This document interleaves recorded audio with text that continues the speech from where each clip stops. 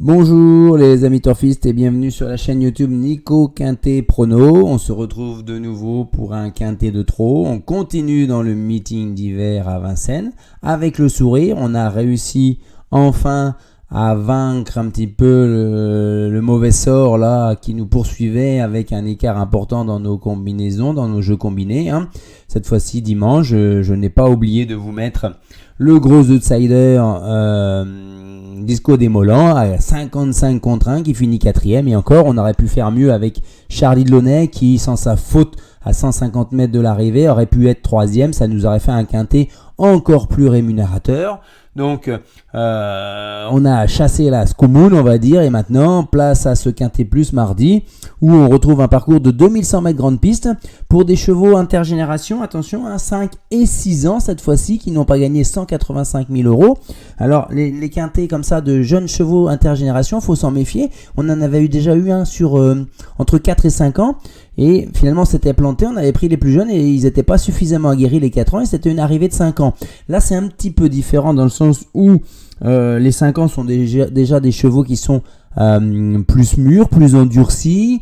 Et là, en plus, on a seulement 4-6 ans qui sont au départ. Et parmi les 6 ans qui sont au départ, il y en a 2 qui n'ont quasiment aucune chance. Le 1 et le 5 à moindre mesure, on va dire. Donc, il nous reste dans les chevaux les plus âgés, le 7 Généreux Charme, qu'on va retenir cette fois-ci, et le 9 Galacté de Chenu. Voilà les amis, donc allons-y pour mon jeu combiné. Donc là, ce que je vous propose, je vous ai mis tous les chevaux d'entrée de jeu. Voilà, comme ça vous pouvez lire en même temps que moi. Et je vais développer un petit peu pourquoi je mets le 8 Help Me Win en tête. Vous avez vu le lot de sa dernière course? Elle finit deuxième, derrière Toto Barroso. C'est une jument qui, moi je la mets gagnante, mais elle est davantage placée effectivement, mais là c'est le jour J quoi. Elle est quasiment la plus riche du lot. Toto Barroso, il a confirmé derrière en faisant deuxième de Billo Jepson. Il y a des lignes directes avec Woody Partner, avec Invictus Madiba, qui sont quand même des chevaux qui courent des courses de groupe.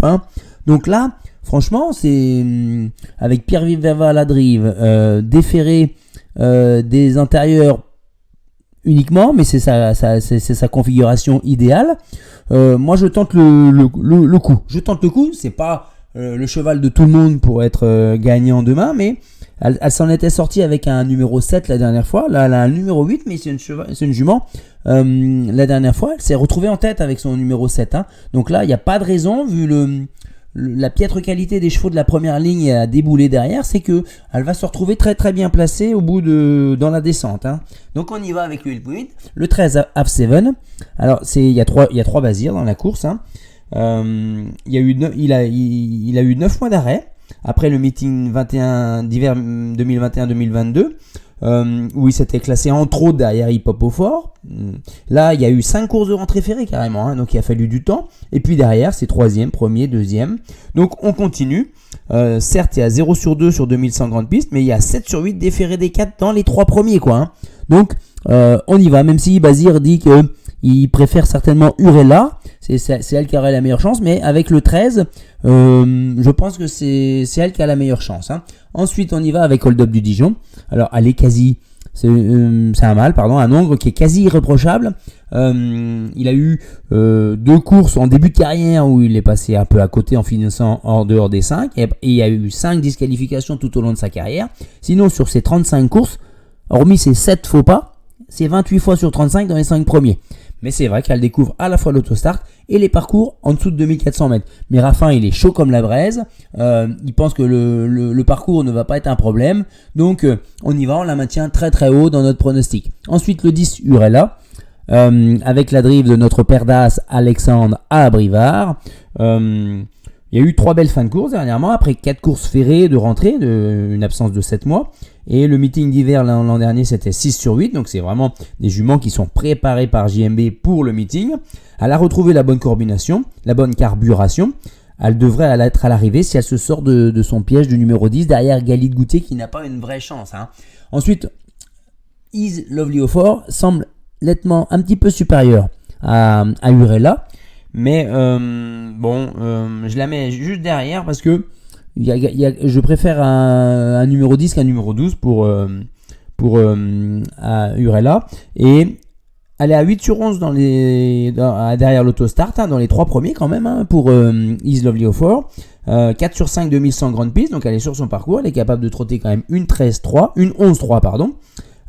C'est une priorité, on peut pas la retirer d'un lot comme ça. Elle peut gagner également, ça va être très très serré, le parcours va faire la différence comme on a tendance à dire. Et là j'avoue que pas facile de lire la course parce que on a beaucoup de chevaux de première ligne qui n'ont pas une grande chance. J'ai quand même privilégié tous ceux qui étaient en première ligne avec une chance, dans les stats, attention, un cheval de première ligne dans le Quintet Plus, il a quasiment 2 fois plus de chances d'être à l'arrivée, donc il faut faire attention à ça quand même dans vos choix, C'est pour ça que je vous mets Arena Dream. C'est une femelle. Quand elle a gagné le 18 septembre, c'était dans un lot de femelles, mais en 1-11-4 s'il vous plaît. Elle a été deuxième, battue quand même par un certain Orsi Dream, qui va courir le prix d'Amérique avec une chance. Il l'annonce à 10-12 contre 1 dans le prix d'Amérique, Orsi Dream. Donc ça veut dire que c'est une belle ligne. Elle est à 7 sur 10 auto-start dans les 3 premiers. Un bon numéro. Déféré des 4. On y va, on fonce. Ensuite, Generous Charm. Generous Charm, le numéro 7. Je voulais voir pour sa première à Vincennes. Grande piste. Corde à gauche où il n'était pas très confirmé. Et j'ai vu. Il m'a brûlé mon jeu en finissant 3ème. Je pouvais mettre tous mes tickets à la poubelle. Cette fois-ci, je vais le garder. Surtout que les 500 derniers mètres, il les a fait en 1-9-8. En 3ème épaisseur. Donc imaginez à la corde ce que ça peut donner. Donc là, c'est un cheval qui déboule moyennement derrière l'autostart. Mais compte tenu de ceux qui sont en première ligne, il va pouvoir se placer et bien finir. Parce que 1-9-8, il y en a peu qui sont capables de faire ça. Et enfin, je finis avec Galatée Chenu qui est absolument à racheter. Il y a eu une victoire attendue. Et derrière, il y a eu 2 déceptions, dont le 23 décembre. Donc, elle court quand même très, très rapprochée. Elle va courir à 4-5 jours d'intervalle. Mais dans une course où ça a roulé une 16, une 17 au 1500, au 1000 mètres. Et c'était impossible de revenir de l'arrière. Et elle était en plus gênée dans la ligne droite. Sinon, elle aurait pris une place quand même, en dehors du trio, mais 4-5e. Donc, elle est absolument à racheter. On va voir ce que ça donne avec la drift de Gabi. Voilà. Ensuite, en cas de regret, le 11, Azur d'Herpet. Jacques Bruno dit que le cheval est prêt. Il est revenu à un très très bon niveau. Sa course remontée lui aurait fait du bien. Mais je peux pas mettre tout le monde, de même que j'ai écarté le 3ème Bazir avec le numéro 16 derrière l'autostart. Et j'ai réfléchi aussi sur le 6 Harmonously qui est à 3 sur 4 2100 mètres grande piste dans les 3, 11-5 en octobre 2021, vainqueur devant le 11 Azur d'Airprès. Bon, voilà, on a fait un choix. Ça signifie que le cheval en béton, pour moi, il y a un bon coup à jouer avec Help Me Win. Plutôt placé que gagnant, mais mettez quand même une petite place gagnante éventuellement.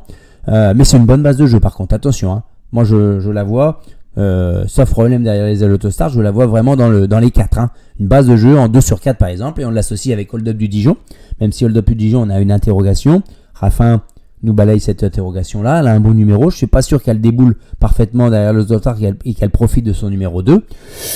Mais bon, on va y croire, on va y croire. Ensuite, c'est pas le 7, c'est le 3 bien entendu. Désolé, là, je l'ai fait. C'est un peu dur en ce moment, c'est la période de Noël, on a de la famille, on est tous occupés. Et donc là, c'est le 3 Arena Dream, en coquin à belle cote, il l'annonce à 20 contre 1. Une femelle dans un lot de mâles et femelles mélangés, c'est une 3, 4, 5e place. Donc on y va avec elle, on la néglige pas. Galon de Vire, ça pourrait être la déception. Malgré la drift de Pépé Ploquin, l'entraîneur n'est pas très confiant. On va attendre un peu. Et je vous élimine quand même 3 émojis rouges, je crois, en plus dans le trot. Le 1, le 4 et le 14. Voilà les amis, on se retrouvera mercredi pour le Quintet Plus de jeudi à Vincennes. Franchement, j'espère que vous avez passé de bonnes fêtes de Noël. On se retrouve à très bientôt.